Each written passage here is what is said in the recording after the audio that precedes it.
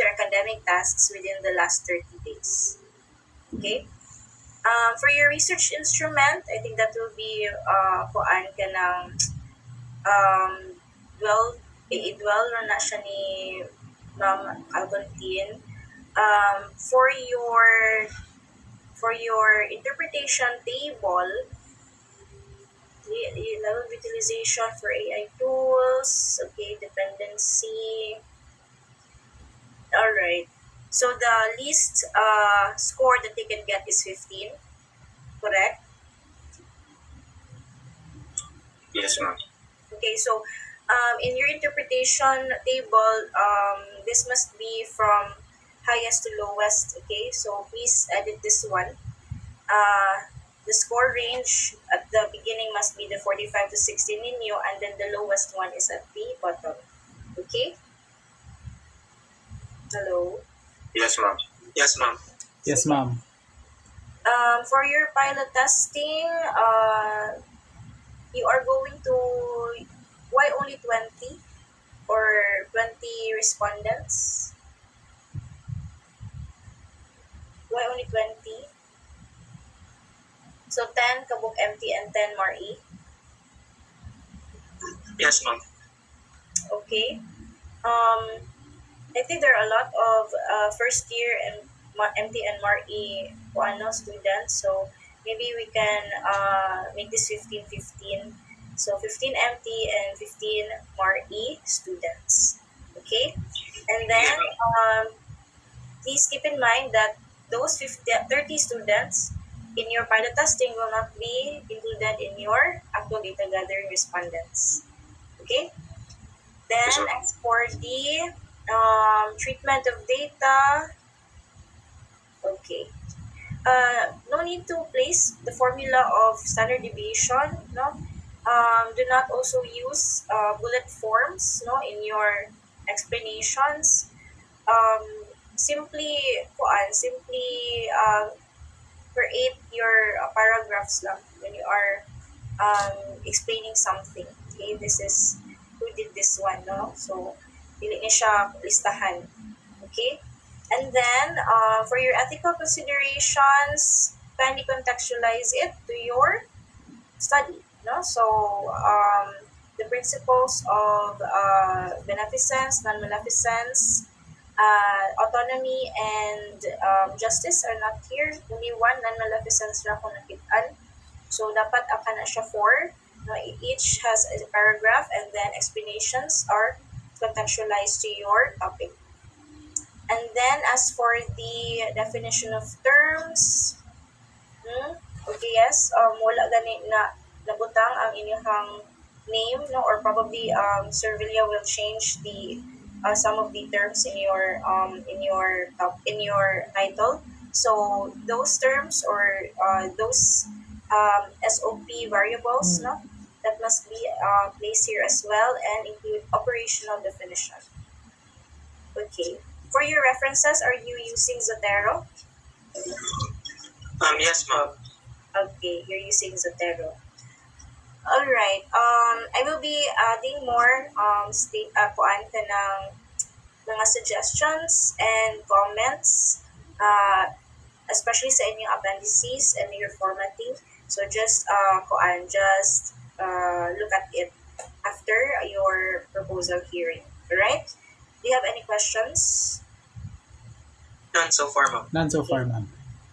Sir Villa, do you have something to add on? Yes, ma'am.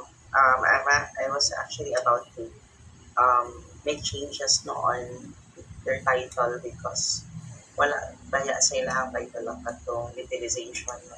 And it has to be added because those are the Yes. two areas. Mhm. Okay, ma'am. Let's proceed to okay na ka, ma'am? Yes, I'm good, sir. Okay, thank you, ma'am. Now we proceed to Ma'am Jonah.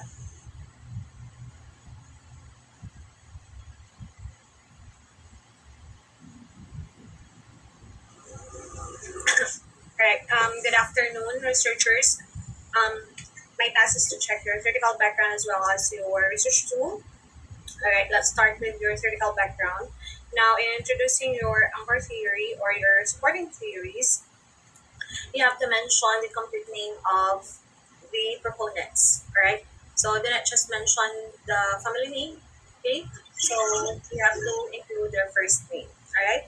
Now, since you have an anchor theory, which is technology acceptance model, okay, so this is acceptable. And then you have your supporting theories, cognitive load theory, and then intelligent tutoring system theory. All right, so I don't have any major corrections sa inyong critical background. Okay, so kuan lang ang inyong discussion sa AI dependency, and then ato isa ka kuan variable ninyo sa variable kay wait sa kay wala ko ka kuan AI dependency and utilization. Okay, so and as well as katong frequency na may AI dependency, alright, na but ang kato isa ka ng utilization and frequency, alright? So i-discuss lang siya dali sa inyong physical background kay ang AI dependency ra ang inyong focus. Okay? Question. None so far. None so far, ma'am. Since naman may i-add na discussion, so you have to update your concluding paragraph. Okay? So, kung ano niyo siya, i-update niyo siya incorporating the additional discussion sa inyong critical background. Okay, then, let's proceed to your research instrument. Okay. So, natin ko ano. By the way, I have a question no, sa research instrument na ha. Is age a part of your criteria sa inyong pag-gather sa data or paano niyo sa inyong respondents, pag-identify sa inyong respondents? Part siya sa criteria ang age? I am the good person who like answer your question. Yes, ma'am. Why do you think man nga part criteria? It comes confidentiality, ma'am, that 18 plus na age, ma'am. Apply siya sa inyong SOP? Like profile? No, ma'am. Okay, kailangan ka na age, and then i-end ninyo kung I am 18 years old. Kung siguro, given nga 18 years old naman siguro should may mga kuan. First, this again yung respondents first year. Mag-start ba sa first year? Yes, ma'am. All year levels ba to? First year. No. Sorry, first year Yes, ma'am. Both BSM 10, BSMRE, ma'am. So if ever, should part niyo siya sa iyong criteria, ang profile? If ever na nag-17 nga first year, so delete niyo yung Babylon nga naman. What is the explanation with that? I am the cadet Bisaran, ma'am, and I would like to answer your question, ma'am. Yes, go ahead. It is to avoid parental consent requirements, ma'am.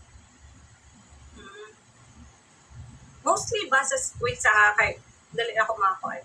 Mostly sa first year kay, kung sa exact age nila, 18 or mag-start mag 17? Ranging from 17 to 18 years old, ma'am. To 19 years old. Okay, so i-gather niyo sa data, so wait sa na-discuss ganina sa inyong criteria, sa inyong methodology? Yes, ma'am. Or wala pa yes, na-discuss na below 18 kay dili na ninyo papilol? It indicated, ma'am, that the respondent should be 18 plus, ma'am. 18 and plus. Yung mga first year man yung respondents, diba? Yes, ma'am. Doon ako kayo nag-17 sa kuon, sa first year. Wala ko nakakuan.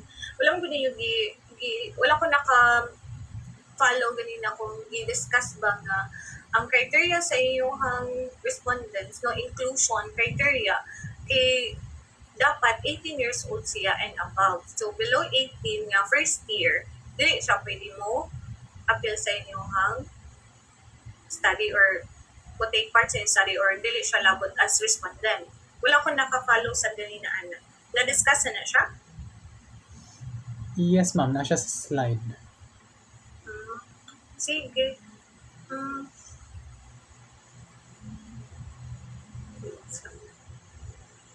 And then, what else sa kayo dali?